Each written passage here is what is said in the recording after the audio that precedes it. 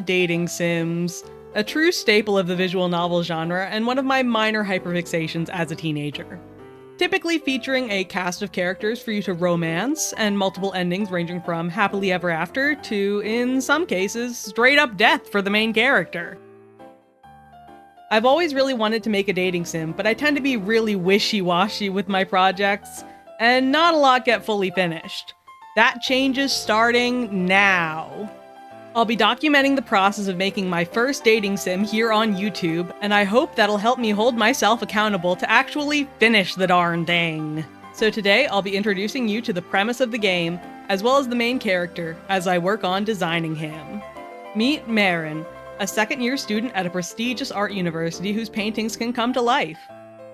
In the prologue of the game, you'll be introduced to him, the university, and the fact that he hasn't painted anything in half a year. Why? Well, that's something you'll have to find out when you play the game, but there is certainly a defining event that caused him to stop painting. This event is also the reason he became a shut-in, only leaving his dorm room to attend mandatory classes, and more recently, not even for that. So you can imagine it's a surprise when he's seen walking back from the campus store, art supplies in hand.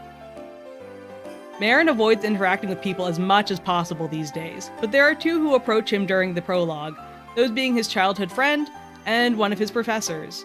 I'll be introducing them to you in more detail in future videos, so stay tuned for those, wink wink.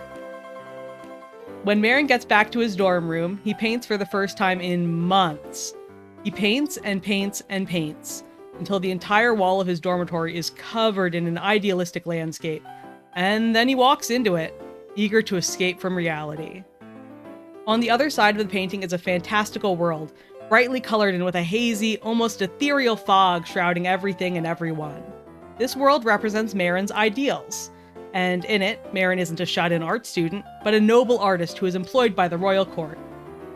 His work is widely recognized and beloved, and he himself is pursued by multiple suitors. Again, we'll get to those in a future video.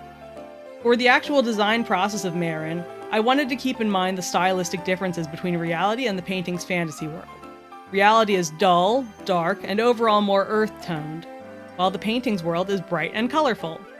I made the decision to have Marin himself reflect reality, even within the painting, with only his noble attire having its characteristic bright and shiny sheen.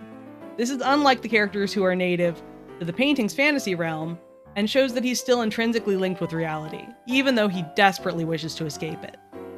His everyday clothing consists of a cute baggy sweater over top a button-up shirt, along with a paint-splattered apron or smock tied around his waist. With the top half left untied, its strings dangling in front of his legs. He wears basic black pants and brown loafers, and I gave him some extra large white leg warmers for a bit of extra flavor, and to carry through the round shapes of his design. His hair is wavy and curls inwardly around his face as if shielding him, to help him seem more reserved. I imagine he hasn't had it cut in quite some time, and it was probably longer than average to begin with. In his noble attire, he wears a cropped white suit with puffy sleeves that are gathered around his wrists, along with a darker blue capelet that drapes over his right shoulder.